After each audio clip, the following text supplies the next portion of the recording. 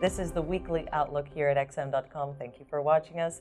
I'm Christina Marujos, and joining me today is senior investment analyst Rafi Boyajian. We'll be having a look at the week ahead, and it appears to be a very busy week for central banks. All eyes, of course, will be on the Fed meeting this Wednesday. Markets are expecting the Fed to cut rates by 25 basis points. Now, do you think the Fed will actually deliver such a cut, or even maybe surprise markets by a bigger 50 basis points cut? Well, all the indications are that we will get a 25 basis point rate cut. It's very unlikely that there's going to be a bigger 50 basis point cut. Expectations of a big cut have fallen drastically over the past few weeks as US data has been pretty solid. Of course, there are some concerns in the US economy, particularly the manufacturing sector, but overall the US economy remains in pretty good shape. And the Fed hawks, the hawks within the Fed don't appear to have changed their minds about the need for aggressive easing. So an aggressive rate cut in the coming months and definitely at the next meeting is pretty unlikely.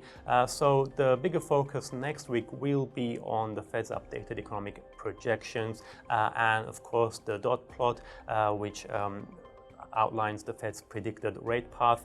So if that rate path over the next 2 to 3 years is significantly above what the markets are expecting, that would likely boost US Treasury yields, which have already rebounded strongly over the past week on that big bounce in risk appetite, and that would in turn provide further support for the US dollar. Now let's move into Japan, because the Bank of Japan is also holding its policy meeting this week. And even though it has little wiggle room, let's say, to ease further, there is some speculation that it might deliver a surprise move.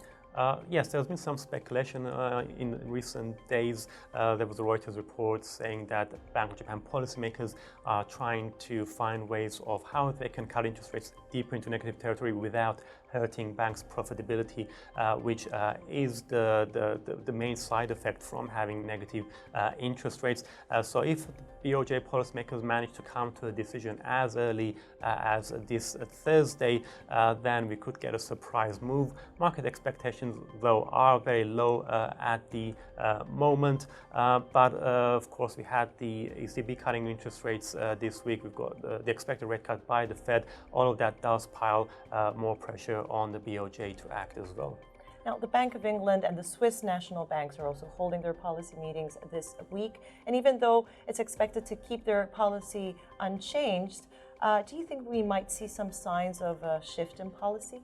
Well, we're not going to get that from the Bank of England. They've so far have stood by their slight tightening bias, and given the expected extension to the Brexit deadline, we're likely to get, so that's going to be pushed out to end of January next year, most likely, unless we were to get a Brexit deal. And the easing risks of a UK recession, recent data out of the UK has surprised to the upside, so we're unlikely to, so there's no risk of an imminent recession in the UK. So that's adds support to the bank's view to stay on hold for the time being. As for the Swiss National Bank, we had recent remarks from the chairman, Thomas Jordan, has kept the door open for further easing. Whether we would get a surprise rate cut next week remains to be seen. It's pretty unlikely, but of course you never know, because the ECB just cut rates, and the exchange rate between the Swiss franc and the euro is of particular concern to the SMB. So we shouldn't rule out the possibility. So for now, though, it's looking pretty unlikely. Now, this week won't only have many meetings between central banks, it's going to be abundant in economic data as well. So what should we be on the lookout for? There's going to be plenty of data. We're going to get UK, Canadian inflation and retail sales numbers. Japan will also post inflation as well as trade data.